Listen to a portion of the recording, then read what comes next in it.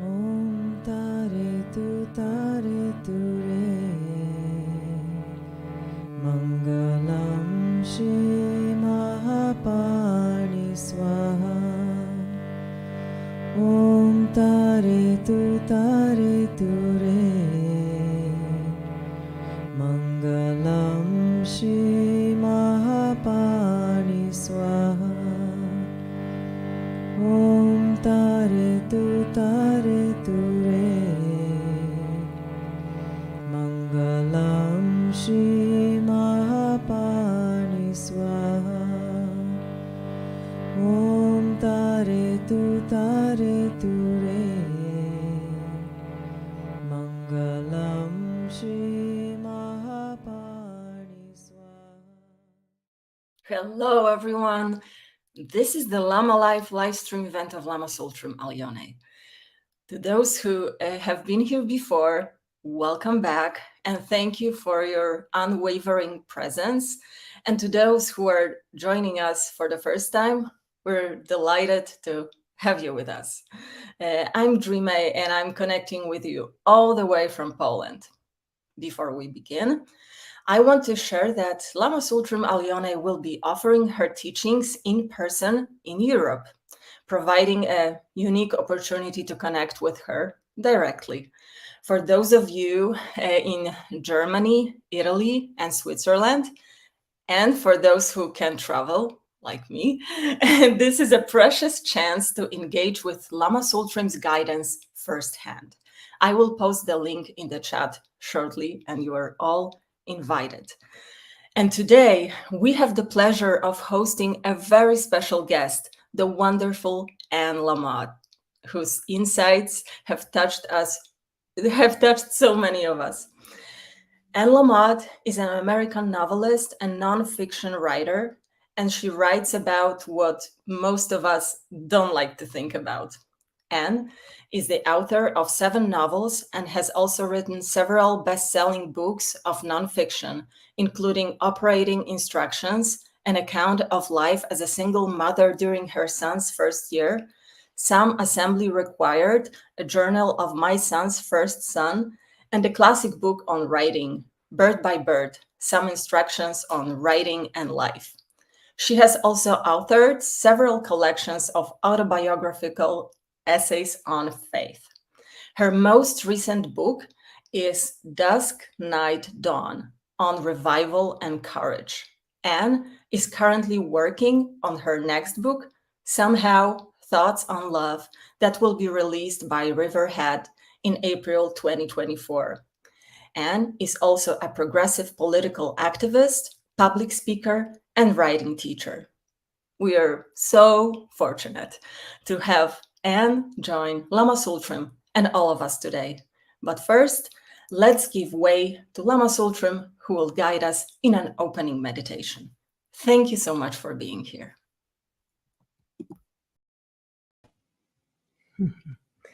Thank you, Dreamila, and welcome, Annie, in the background there. So I'll begin from rainy Southern California. We had this big storm warning here, Hurricane Hillary. So far, it's just been rain where I am, and not that much rain, but I think in other places, it's a different story.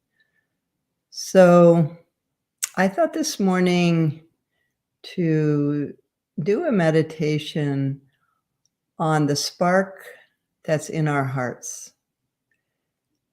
There's a famous yogini from Odiyana, which was a mythical kingdom in the northwest of India, also called the land of the Dakinis. And in that place, there was a woman teacher named Sahajayoginicinta. And she said something that's always touched me, which is at the moment of conception, when the sperm meets the ovum, and in those days, they did have a way of talking about that, and they did understand actually what was happening, even though it was the 8th century. So when the sperm and ovum meet, there's a spark of bliss that's created. And that spark of bliss remains in the heart chakra of every being throughout their life.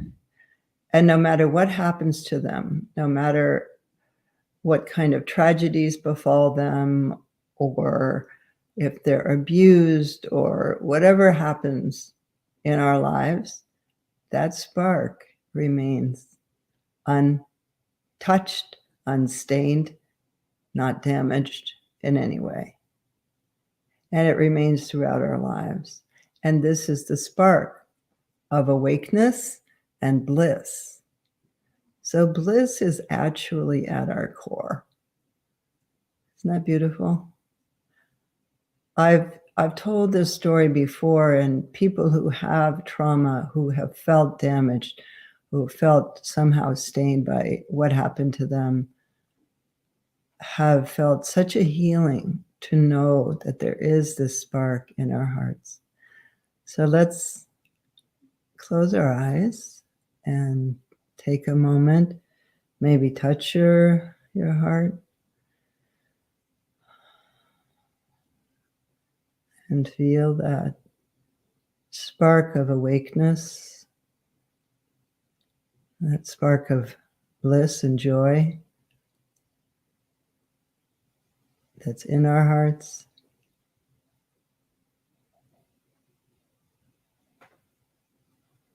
Become aware of that.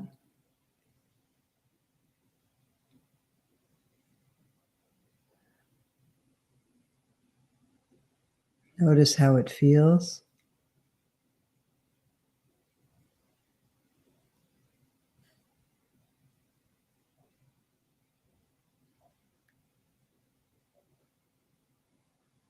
Really let your mind rest and drop into the sensation in your heart of openness, bliss, awakeness.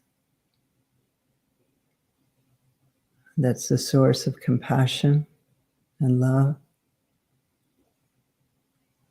And feel that love and compassion streaming out from your heart to all beings everywhere.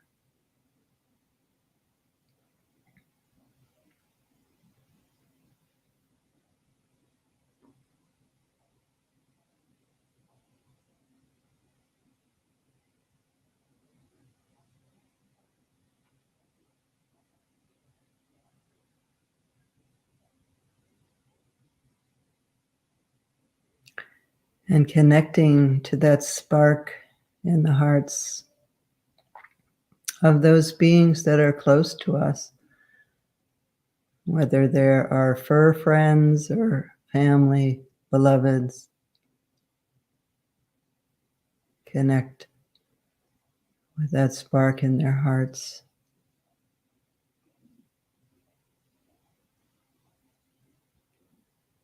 And then let that spread out to all the beings around you who maybe live in the area where you live. And then stretching out beyond that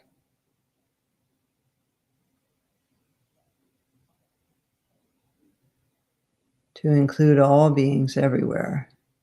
And it's like you see the light go on in their hearts as your mind stretches out to all those beings until the whole world is lit up.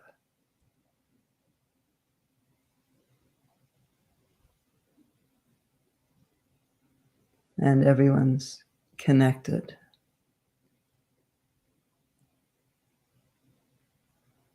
And remember all those beings in prison, political prisoners, other prisoners, all those in fear, suffering, hunger, whatever their suffering is. Also connecting with them and supporting them to remember this, to know this, even in really difficult moments.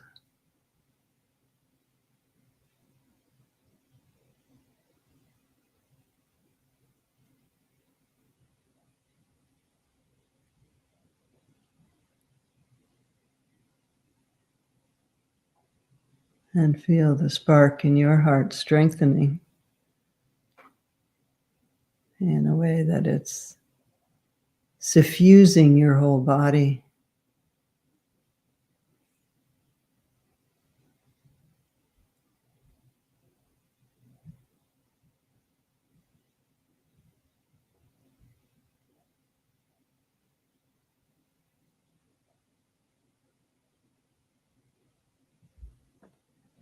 And then we'll come back and connect with the spark in the heart of Anne Lamott.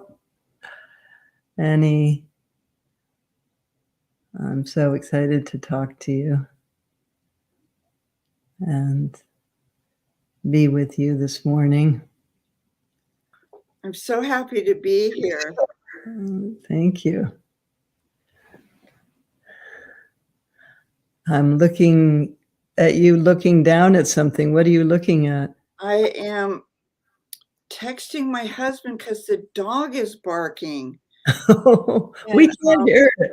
We And can't my hear it. dog Mukti, who you would love, is having distress. And so, but I can hear her barking, and it'll make me crazy to hear her suffering. So I'm Okay. just telling him he's in his bat cave. So I'm saying, come. We have a dog named Mukti. My husband Neil did a what's it called? He got a graduate degree in Eastern classics during COVID, so he had to learn Sanskrit. Oh, And at the ripe old age of, and with all of these 20-year-olds and 30-year-olds. And so when we got our new dog, after our old dog passed, he named her Mukti, which is Sanskrit for harmony. yeah. Anyway, so Mukti is not in harmony right now. But I'm so glad to be with you, and he'll come get her and save her. Thank you.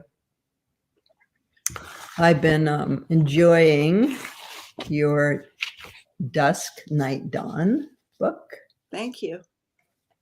And I like actual books, even though I have too many. And I shouldn't keep buying them, but I do. So here we are in this moment in our world that is so challenging. And I think we all have a little bit of disaster overload at the moment, and how to be able to keep that spark of love and connection going when the onslaught seems always bigger and more desperate. So I just wondered how you are with that and how you handle that. Well, last week I wrote a Facebook page post. I don't have an interactive Facebook, but I have an author's Facebook. You may also, and I post little essays there. And I wrote about having catastrophe overload and catastrophe burnout. And Maui was on fire, that precious, precious island and her people. And, and I wrote about what we do to both hold that in our heart, the suffering and the fearfulness, and at the same time practice goodness and mercy. And because goodness and mercy give us hope, and if we want to have loving feelings, we need to do loving things, that we take the action and then the insight follows. So last week I was writing about what you could do, some of the loving actions, often including radical self-love and self-forgiveness, the hardest work we do. And this week, just literally minutes ago, I posted a piece. I'm a Sunday school teacher, and I was going to talk with the kids about the famous passage in Jeremiah where he said, the harvest is in, the summer is past, and we are not saved. And, British Columbia is on fire now. British Columbia is such an innocent state, country. They have no guns hardly. They have just my son's father lived up there, so I've been up there a lot, and it's just so wrong. What do you do? And you do what worked for the prophet Jeremiah. You turn toward goodness. You do loving things. There's a wonderful foundation that Barack Obama has been promoting, and I posted that at Facebook. And you speak gently with yourself, and you remember that other people aren't the problem. You get off other people's backs. My best girlfriend and I were laughing about something she'd heard the other day. Someone saying, I no longer need to bring a bat or a pointer to resolve problems. Now I just remember to wash the lenses of my glasses, because when I got sober 37 years ago, and one of the first things I heard was, it's not them. If you got a problem, go look in the mirror and fluff up that spark, blow a little gentle oxygen onto it, and get outside. That nature is medicine. And so we do that kind of healing, and and then we are saved for now, and the now is all we've ever had. So that's what I do. Is partly I write about it. I'm kind of a minister, and I try to help other people get their senses of humor back. Laughter is carbonated holiness, I always say. And if you can, nothing breaks the trance. It's like getting spritzed with a plant mister. If you laugh with somebody, you are saved. Yeah. Yeah, that can be good in relationships too, right? If you're struggling in a relationship and then somehow you can find something to laugh about together, it breaks that dark cloud that's, gotten a hold of you. Yeah, definitely. I wondered about you now. You're married. Since how long? 4 years. We've been together 7. 4.5 years. Yeah. Yeah. Did marriage change did the actual act of getting married change something for you? That's a good question. Not really, but finding this really brilliant, gentle, spiritually centered man 7 years ago this month did, because it really gave me a sense of safety that I had never quite had. And boy, it took me out of my comfort zones. I am really such an introvert and a loner. I love solitude. I always have. I did it, and I've always had a few very, very, very best friends, and I've always loved to be alone. And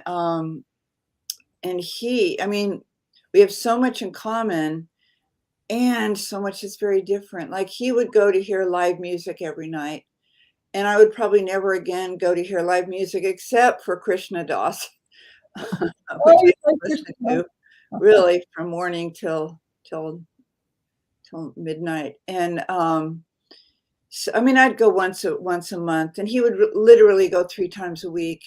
We both love the San Francisco Giants. We're both very, very involved as seekers, as spiritual seekers. And he's very funny, and it's so amazing for someone. I think it does change you molecularly to be loved by somebody who can see all of your stuff. I don't know what the Buddhist word is, but for, all your stuff, all the stuff in your carry-on luggage that gets taken out over the years. And they just love you anyway, and they feel for you. And, it's not a meadow full of unicorns. It's very lifey at times, but we've let each other know each other. And that's a very profound sanctuary. Mm-hmm. Yeah. And does the bond of knowing that you're married change anything? Not really. The married part doesn't really feel like As a person.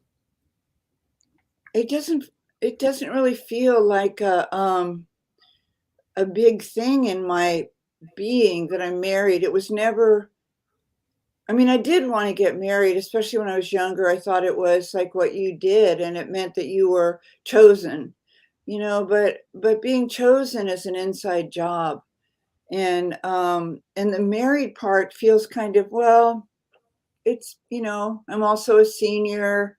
I'm also all these other identities. And but the married part, the legality, or the fact that if we ever did break up, it would be extremely expensive and a mess,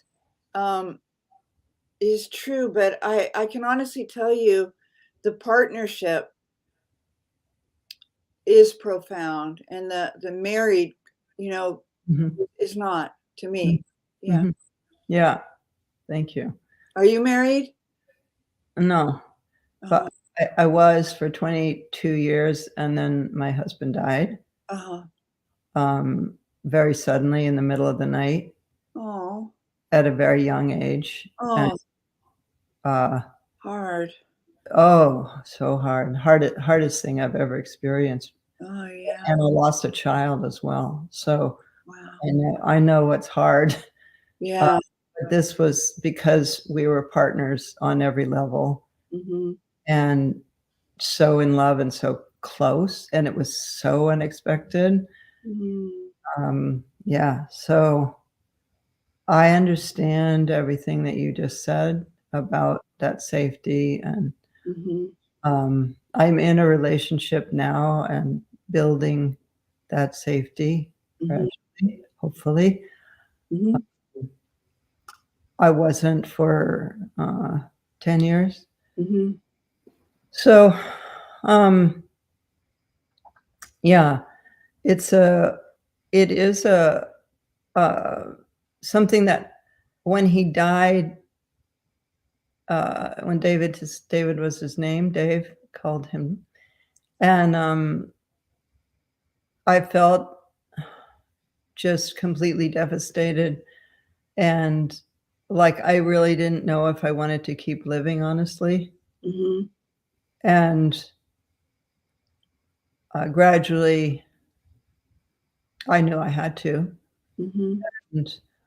And then I gradually felt that I wanted to be in a relationship again.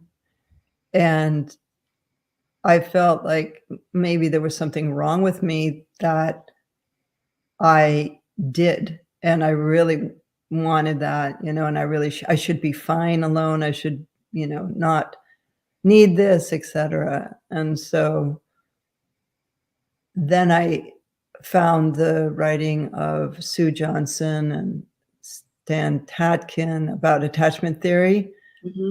And are you familiar with that? Yeah, but can you say more about that right now? Yeah. In attachment theory, the idea is that the need to have secure attachments to at least one other human being is a need like drinking and eating and breathing, that it's actually a human survival need. And to need and want relationship is something that is innate to our human nature and important. And it's not something that you should feel bad about, or that you should feel you should be able to get over, or if you really had your shit together, you wouldn't feel that way, you know? And so they talk about that, and it was such a relief for me to feel like, yeah, that's how I feel. But I felt like there was something wrong with me because I felt that way. So it's yeah, it's something that has been important to me. And I was a nun. I don't know if you know that, but I was a Buddhist nun in my 20s. And so, of course, I wasn't in relationship then. And that was actually really good for me because I had been very boyfriend oriented Mhm. my whole life. And, what's he doing? What's happening with him and him, Mhm.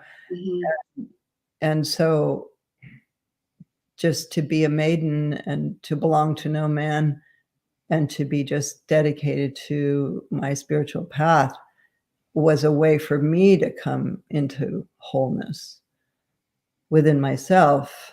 And then I went on to disrobe and get married and have kids and so on. But that was an important moment for me personally because I was really kind of, I guess you could say, almost obsessed or fixated on this, on the guy, Yeah, yeah.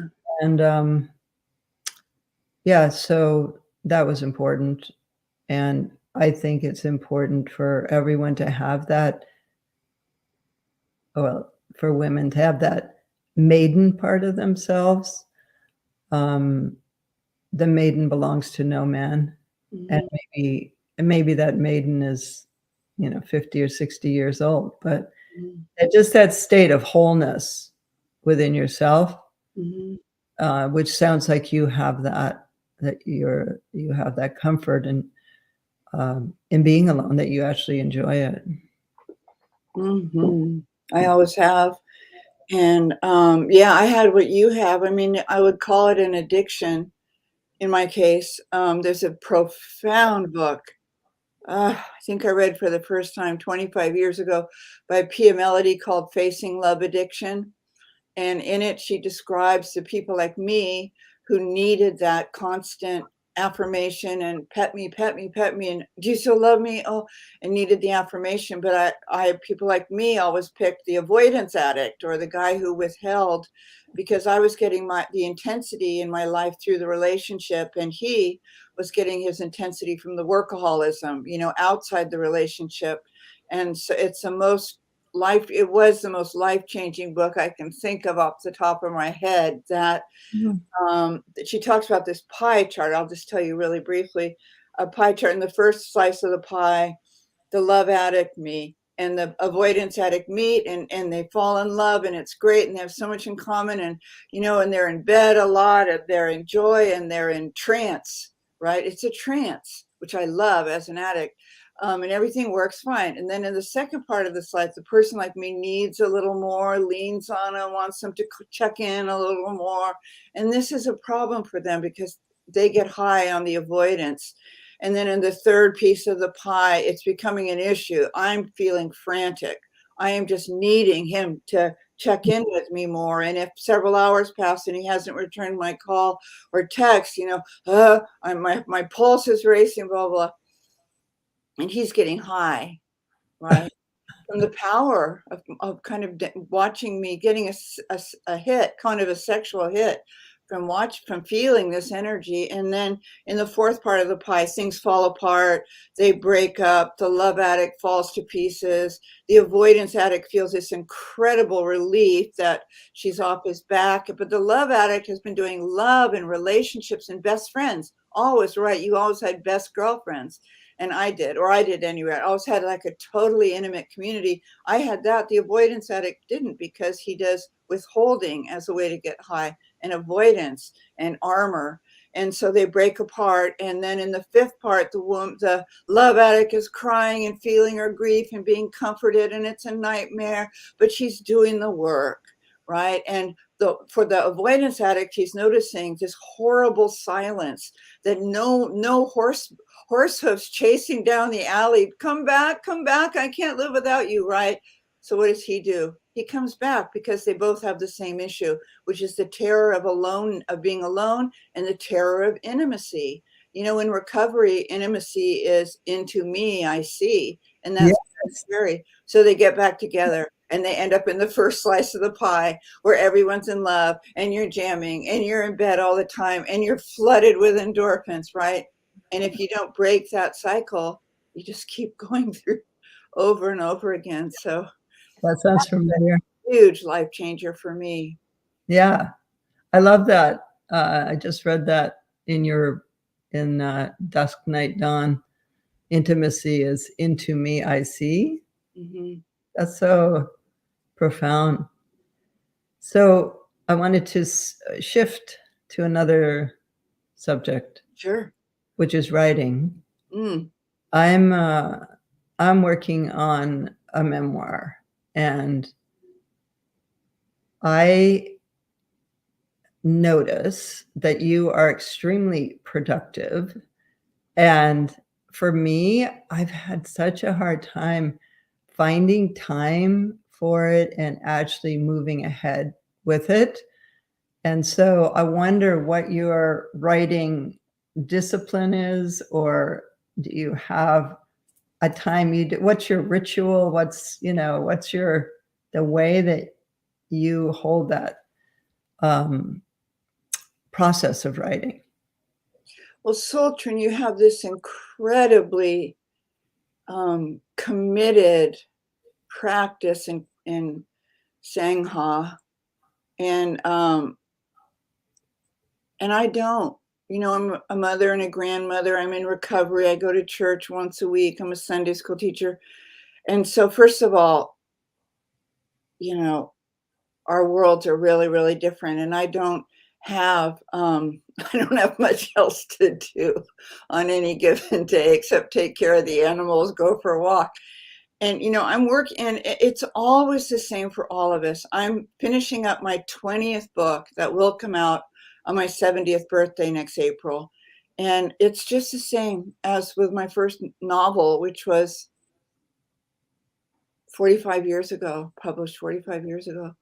And which is that there are a million things I'd rather do or need to do. I ought to do, I should do. Well, shoulds are shit, but I have all this other stuff telling me I ought to be doing it, and talk about beating a dead horse, blah, blah, blah. My husband, your people here will love my husband's book, which is called, his name is Neil Allen.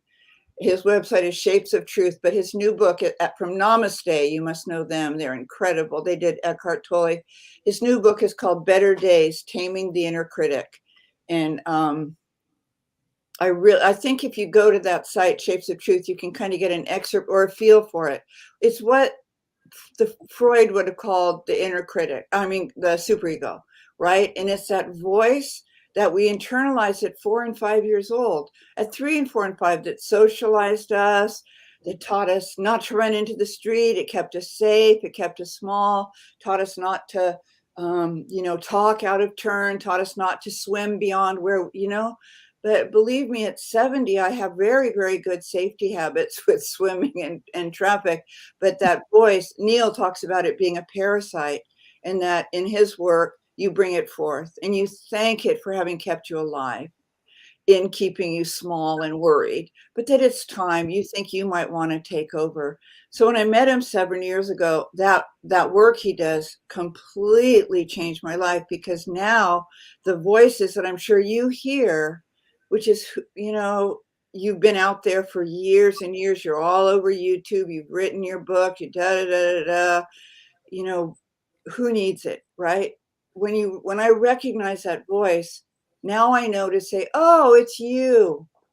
And then to do everything I write about in Bird by Bird. I don't know, that book came out 25 years ago. And the main things are, you get your butt in the chair, you make a commitment. I sit down at the same time every morning, 5 days a week. I don't wait for inspiration. I never feel inspiration. The inspiration is that I love to help people. I love to make people laugh. I actually sometimes like to write. I love second drafts, but to get to a second draft, you have to write the shitty first draft. So those are the two main points that help me every single day as a writer, is really short assignments, Bird by Bird, and really shitty first drafts. And when you read this new book, you're going to love it. You're going to think it's really, really good. I mean, I've been doing this full time for 50 years and I'm getting better, like I would have if it had been piano or tennis. Mm-hmm. But let me just tell your listeners the bird by bird story, which they might not know.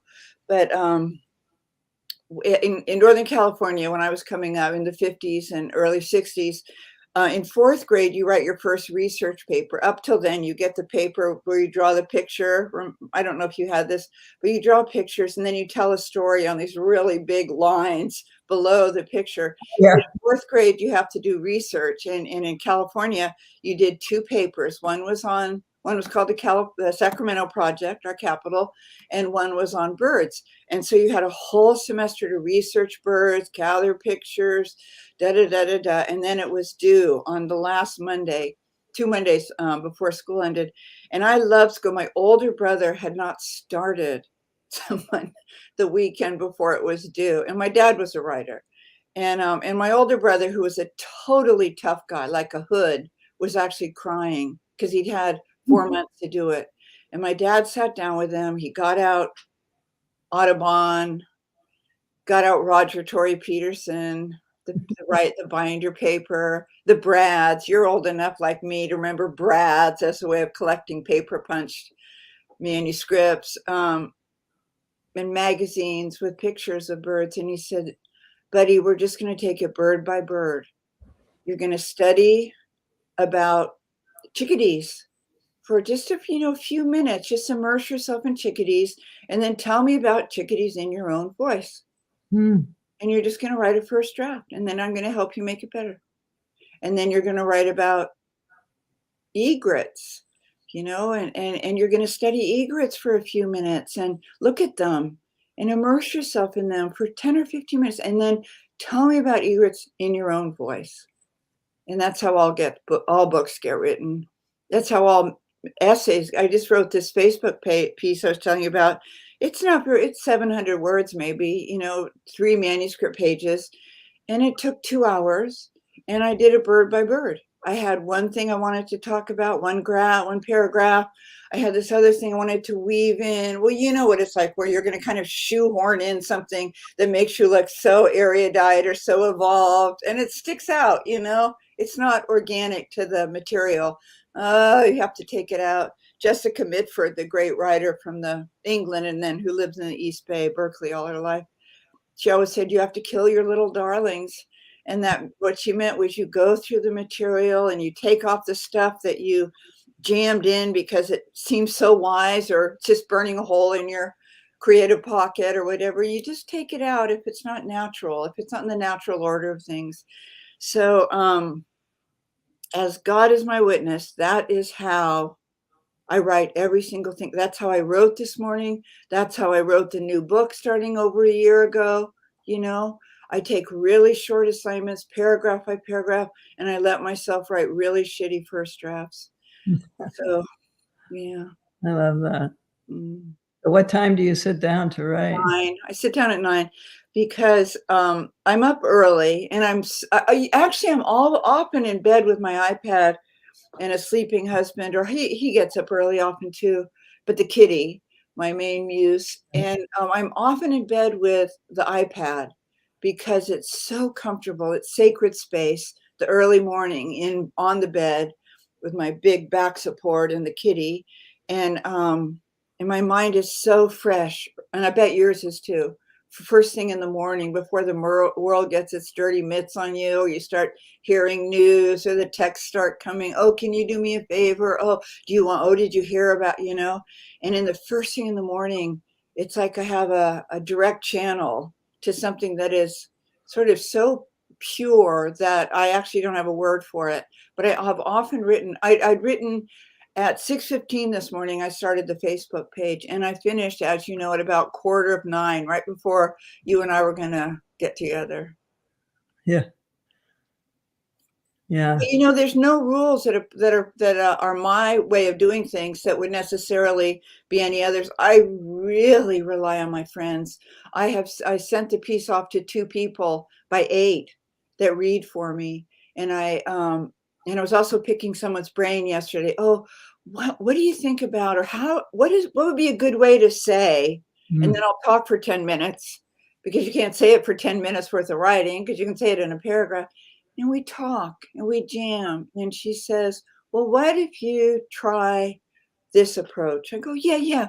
And then it's like 3 pages, and then it's 2, and then it's 1, and then it's a paragraph. And so I really rely on my friends. Other people don't. I always need someone to edit my work. It's always too long, and it's always a little overwrought, It's always a little too kind of purple or too spiritual, when I just want to tell you I want to share with you what's on my heart today, what I make of it all, what might help you, what might be bread for the journey. Thank you. That's interesting. So do you read for these friends, or? Yeah, I read for my friends. I have 2 people and Neil, and I've read Better Days probably 4 times because it's taken him 4 drafts, and it was beautiful from the beginning, but it was a first draft. Yeah. And then I read the second draft, and I could see how much better it was, but that I thought it sounded a little lofty, a little erudite. And what is so beautiful about a book is when it welcomes you in, when it says to you, "Hey, Sultrim, got a minute?" And you Yeah. say, yeah, 'cause you're like, I like that about your writing a lot. I like the way I feel like I know you when I read it, like I'm there in your house with you, or on a walk with you, or wherever you take the reader. There's something very intimate. I'm sure you've heard that before. well, thank you. But it's yeah. So you talked about God, and I know that you're Christian. And so I wonder, how do you experience the soul? Like that word, in Buddhism, theoretically, we don't have a soul. But then the Tibetans kind of snuck it in the back door with this word called La, which is very similar to soul. But what is the word? La, it's like LHA, La. Oh, okay. Um, Those sneaky Tibetans, huh? Yeah, I know. Yeah, they snuck in a lot of things to Buddhism that weren't there in the beginning. But anyway, yeah. So what do you mean by that word? Well, I think in Dusk Night Dawn, but it could be the book before it. I'm talking to my Sunday school kids about soul, and they just had such beautiful, beautiful ways of seeing it. My oldest kid, who was 14, he said he experienced it as like a very tiny, silvery snow globe in the very, very center of his heart. And I just love that. And then Ram Dass says that who we are, and I would say who we are as our soul or our spirit, is loving awareness. And I usually have an ID bracelet on. I had to take it off to wash, to polish it. I got food. You don't want to hear. I took it off, but I have an ID bracelet that says loving awareness, because I think that's the truth of my spiritual identity. And I would say that's who my soul is, beyond my identities, beyond my persona, beyond everything I've done that is visible, is this the heart, the heart that is one with the heart of God, that is one with you, that is just the only thing there is, this love energy. And it's mine, is my soul is kind of a little component of that, a little holder for that love energy, little pair of eyes of on that love energy, watching the world tromp past me. So it's like the personal version, or the kind of the home version of that vaster presence. Yeah.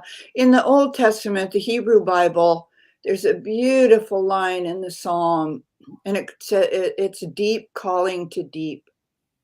And it means the deepest, deepest, truest part of me calling to the sky, calling to the moon, or calling to the waterfalls, calling to the sky, calling to the moon, calling to the stars, calling to the deepest that there is, and that there's just this one thing, and that we're little tiny shards of it, or what Rumi said, that we think we're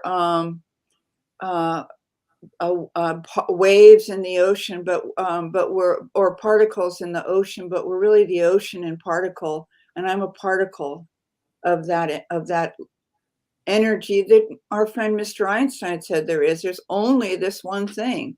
We're all my table moving slowly, my Sunday school kids and your grandchild moving really quickly, and us, somewhere in between. There's just one thing, energy. And in my experience, it's love energy. It's the energy of light, same thing. And I'm a drop of that. I'm the ocean in a drop. Mm-hmm. Yeah, that makes sense. So I think you just touched on this, but I'd like to hear you talk about God, because I've always had a hard time with the word and the he part of it. Oh, yeah, so do I. And so what do you mean by that word? Well, in my church, we pray to Mother, Father, God, by the way. Services at 11. That's St. Andrew Presbyterian in Marin City, California. There'll be about 30 of us. I mean, the love,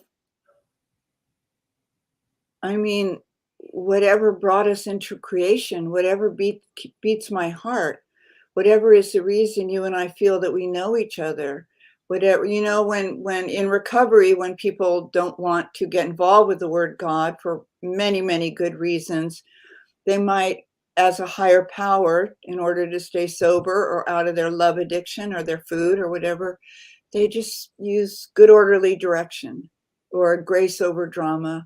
And I often, with newcomers, offer up the great universal spirit, which is Gus. And so I offer Gus as a best friend and a companion. And I think God is the great universal spirit of love, the creator, the source, the baby Jesus. So you live in Marin, right? You live in Marin. So you must have been exposed to Buddhism, as many Americans haven't. So has Buddhism influenced you at all? Well, I grew up, my parents were both atheists, but my father was both my parents were very avant-garde, and we listened on Sunday mornings to Alan Watts, broadcasting from KPFA, and he had a connection to Bolinas, where we had our family cabin.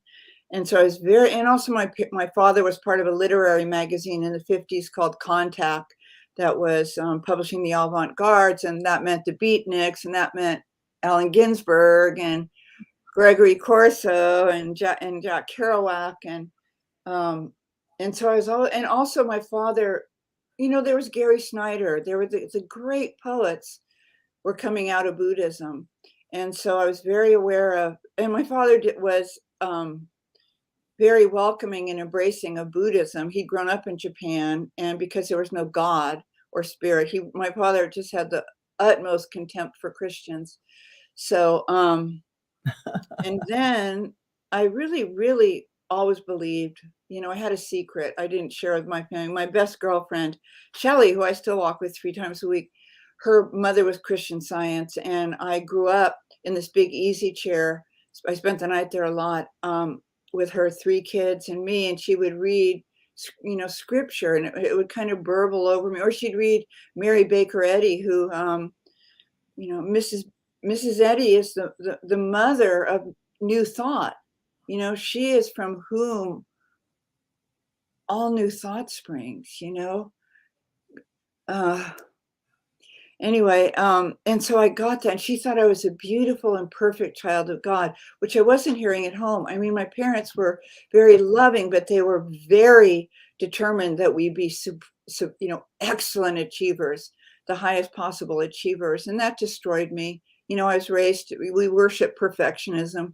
We worship the New York Times. We had a little golden idol of the New York Times that we bowed down to before breakfast, and so it was a long road back from those values of intellectual prowess and achievement and a beautiful, perfect surface.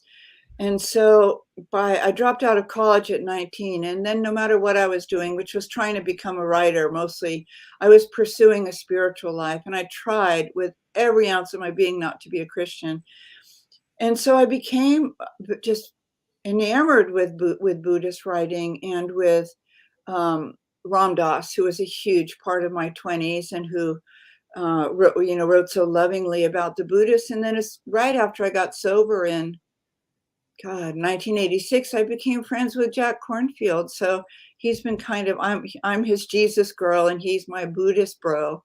And so we've always talked about the Venn diagram of loving compassion and service, and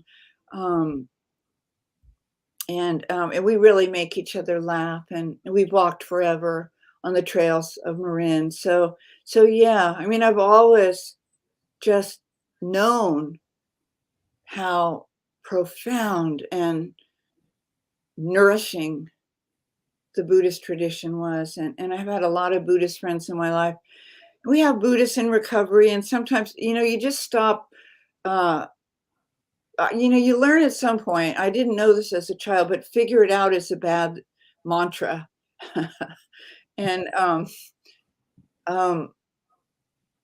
And so I stopped trying to figure out what was true here about, the Christian tradition and the triune nature of the God and who shot the Holy Ghost, or what was true about the Buddhists and the Hindus and the Jews.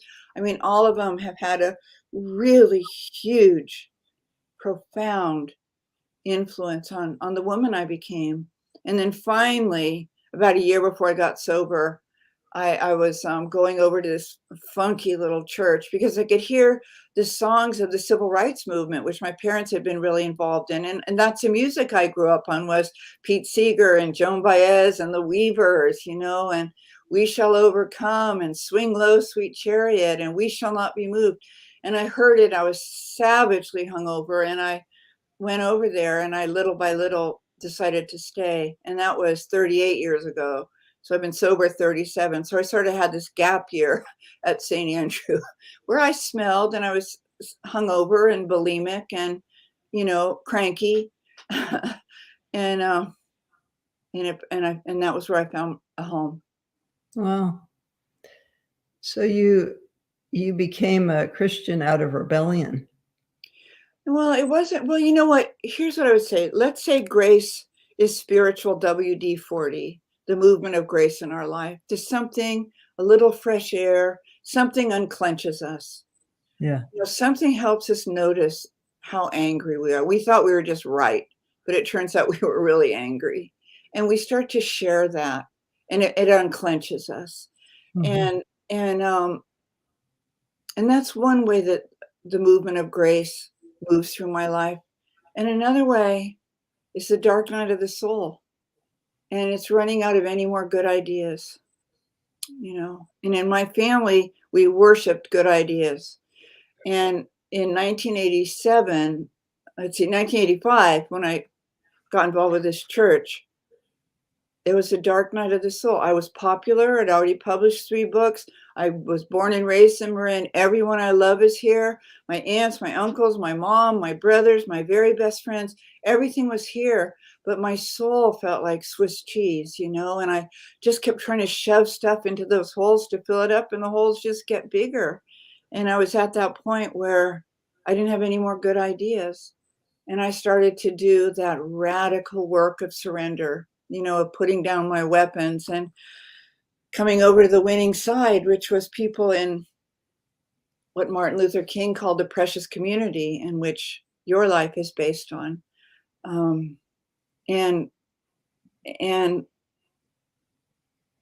I don't know how to explain it, because I think I was insane. And it was like you said, after Dave passed, you really didn't even want to be here anymore. It's just too hard on this side of eternity, And I really felt that. And the people there said, we want you. Keep coming back. Can I get you a glass of water? Mm-hmm. And that's really all we have to offer, is that air in a loving community that is so nourishing. And people saying, I know exactly what you're talking about. Keep coming back. Glad you're here. Can I get you a glass of water? Yeah. That's beautiful. Thank you. I'm actually on my way to be with Krishna Das tomorrow. Oh, Yeah, I'm so jealous and so bitter. I can't stand it. You can come. We're going to be together in North Carolina. They're doing a Friends of Ram Dass thing. And Ram Dass was a very dear friend of mine. I met him in 1967 when he came to India with David Padwa, looking for a teacher. I was actually living with Bhagavan Das in Kathmandu. And then Richard showed up and they left on the Be Here Now journey. And then I left on the journey to Dharamsala to try to meet the Dalai Lama. So your life is, I love your humility in terms of the addiction and the healing journey that you've been on, as well as just the depth of your spiritual practice and experience. It's so real. And I know that it's really a lifeline. And in addiction healing, the spiritual path is not just like something on the side, it's central. And that's what I feel in your writing and in you as a person. And so I just want to thank you for sharing yourself with me and with everyone else this morning. And I love you. I love you, Tsultrim, and you know we're going to keep talking. You know we are just made for each other. Yes, I would really like that. And I just want to say to everybody out there who's listening to this that the books of Anne Lamott are amazing, and her journey is in every page, and they are so relatable. Thank you, love. Relatable. And I'm going to take my book with me, your book. Thank you. Maybe I'll give it to Krishna Das and say, hey, we were just talking. Here, read this. Yeah, he's great. And yeah, we're that same generation. Yeah. And I came out of a liberal, smart parent background. And I was raised Unitarian, which is pretty liberal. In fact, they sort of hosted the Buddhists when Buddhists started showing up. Yeah.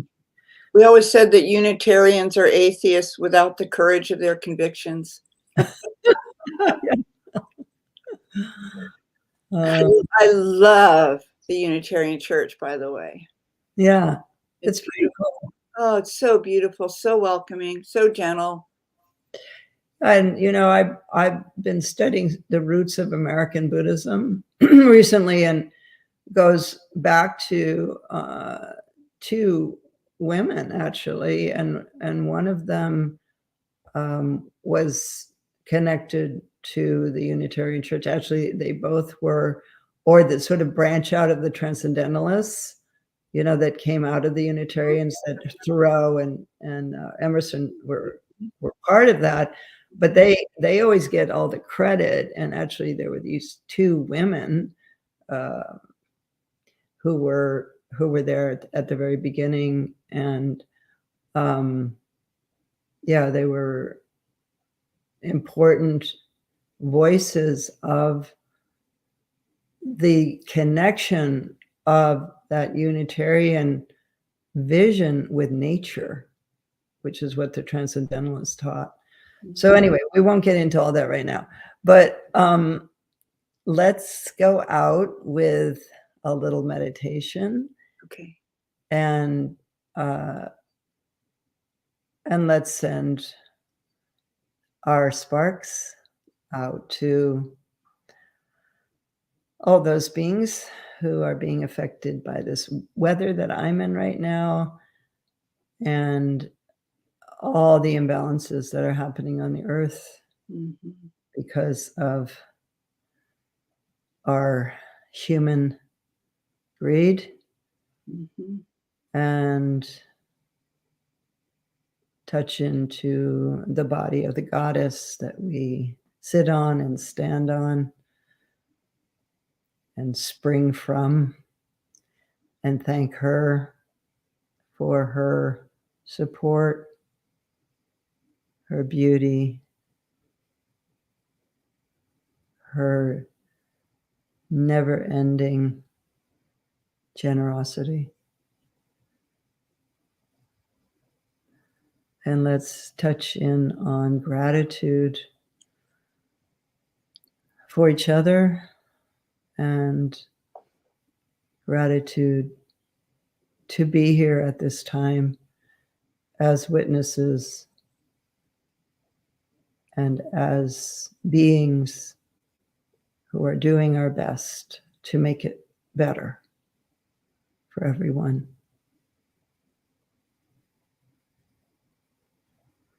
Let's offer that gratitude out to all beings.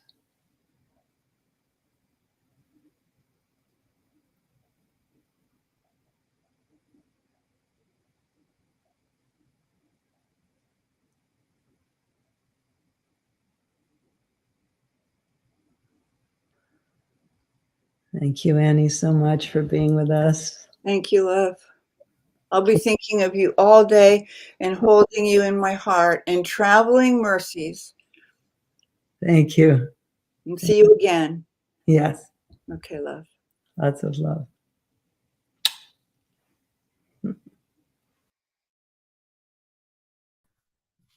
Thank you, and thank you, Lama Tsultrim. What a beautiful, naturally flowing conversation. So real.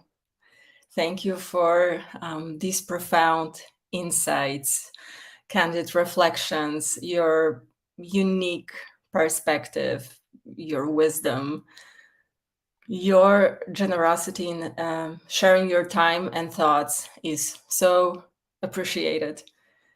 Thank you, and we have so much to reflect on right now. And to our treasured audience, thank you for being a part of this experience.